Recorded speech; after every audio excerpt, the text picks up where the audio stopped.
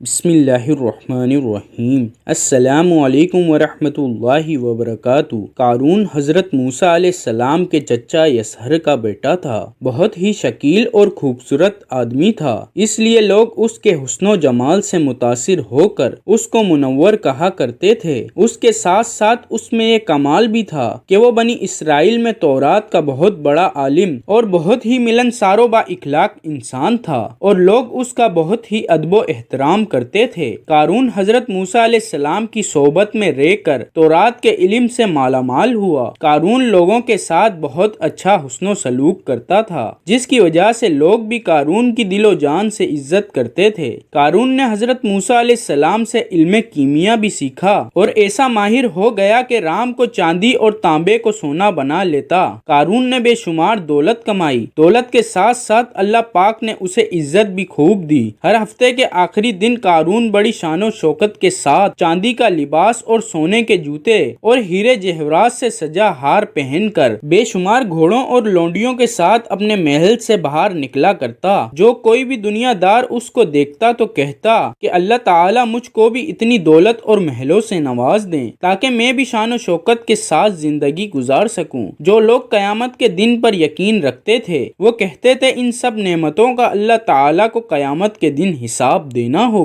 یہ سب شان و شوکت ایک دن ختم ہونے والی ہے، اس سے بہتر تو یہ ہے کہ اللہ تعالیٰ کی یاد میں زندگی گزاری جائے۔ قارون کے پاس اتنا خزانہ تھا کہ اس خزانے کی چابیوں کو اٹھانے کے لیے اس نے کئی کھچر رکھے ہوئے تھے۔ ایک روایت میں ہے کہ اس خزانے کو اٹھانے کے لیے 300 اونٹ مقرر کیے گئے تھے۔ اللہ پاک نے قرآن میں بھی اس خزانے کا ذکر فرمایا ہے۔ بے شک قارون موسیٰ کی قوم سے تھا، پھر اس نے ان پر زیادتی کی اور ہم نے اس کو اتنے خزانے دیے جن کی کنجیاں ایک زور آور جماعت پر بھاری تھیں۔ ناظرین گرامی، کیا کوئی قارون کے خزانے کا اندازہ لگا سکتا ہے؟ کیونکہ جب رب کائنات فرما رہا ہے کہ قارون کے خزانے کی چابیاں بھی ایک زور آور جماعت پر بھاری تھیں، اتنی دولت ہونے کی وجہ سے قارون غرور اور تکبر کرنے لگا۔ اس نے دنیا والوں کے ساتھ طرح طرح کے ظلم و ستم کرنا شروع کر دیے تھے۔ قارون کے پاس لوگ آئے تو کہنے لگے، قارون اپنی دولت پر اتنا غرور نہ کر،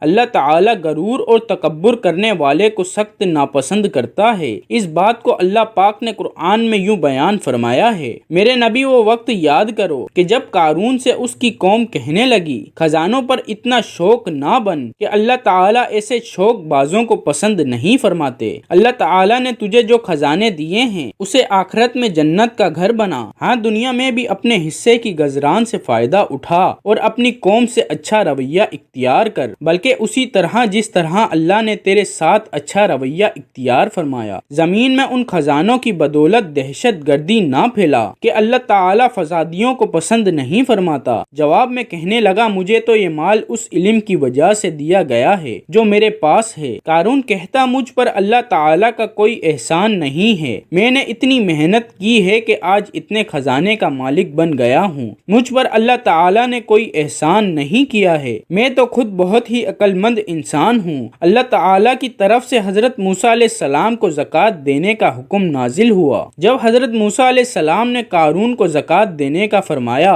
تو قارون نے کہا، جی بھائی، میں اپنی دولت کا ہزاروں حصہ زکوٰۃ ادا کر دوں گا۔ جب اس نے اپنے سارے خزانے کی زکوٰۃ کا اندازہ لگایا تو وہ بہت زیادہ تعداد میں بن گئی، تو اس کے دل میں لالچ آیا تو اس نے زکوٰۃ دینے سے انکار کرتے ہوئے بنی اسرائیل کو کہا کہ حضرت موسیٰ علیہ السلام کی کسی بات پر یقین مت کرنا، وہ تمہاری دولت کو زکوٰۃ کے بہانے کم کرنا چاہتے ہیں۔ قارون نے بنی اسرائیل کے لوگوں کو حضرت موسیٰ علیہ السلام کے خلاف کرنے کے لیے ایک چال چلی۔ اس نے ایک عورت کو بے شمار دولت دی کہ تم حضرت موسیٰ علیہ السلام پر بدکاری کا الزام لگا دو کہ حضرت موسیٰ علیہ السلام نے میرے ساتھ بدکاری کی ہے۔ قارون نے بنی اسرائیل کو اکٹھا کیا اور حضرت موسیٰ علیہ السلام کے پاس آ کر کہنے لگے، اے موسیٰ، آپ بنی اسرائیل کے لوگوں کو وعظ و نصیحت فرمائیں تاکہ وہ اللہ تعالیٰ کی طرف متوجہ ہو جائیں۔ حضرت موسیٰ بنی اسرائیل کے لوگوں کے پاس تشریف لائے اور فرمانے لگے جو چوری کرے گا اس کے ہاتھ کاٹ دیے جائیں گے، جو کسی دوسرے پر بدکاری کا الزام لگائے گا اس کو 80 کوڑے مار کر سزا دی جائے گی، اگر کوئی غیر شادی شدہ بندہ زنا کرے گا اس کی سزا 100 کوڑے مقرر فرمائی، اور اگر شادی شدہ زنا کرے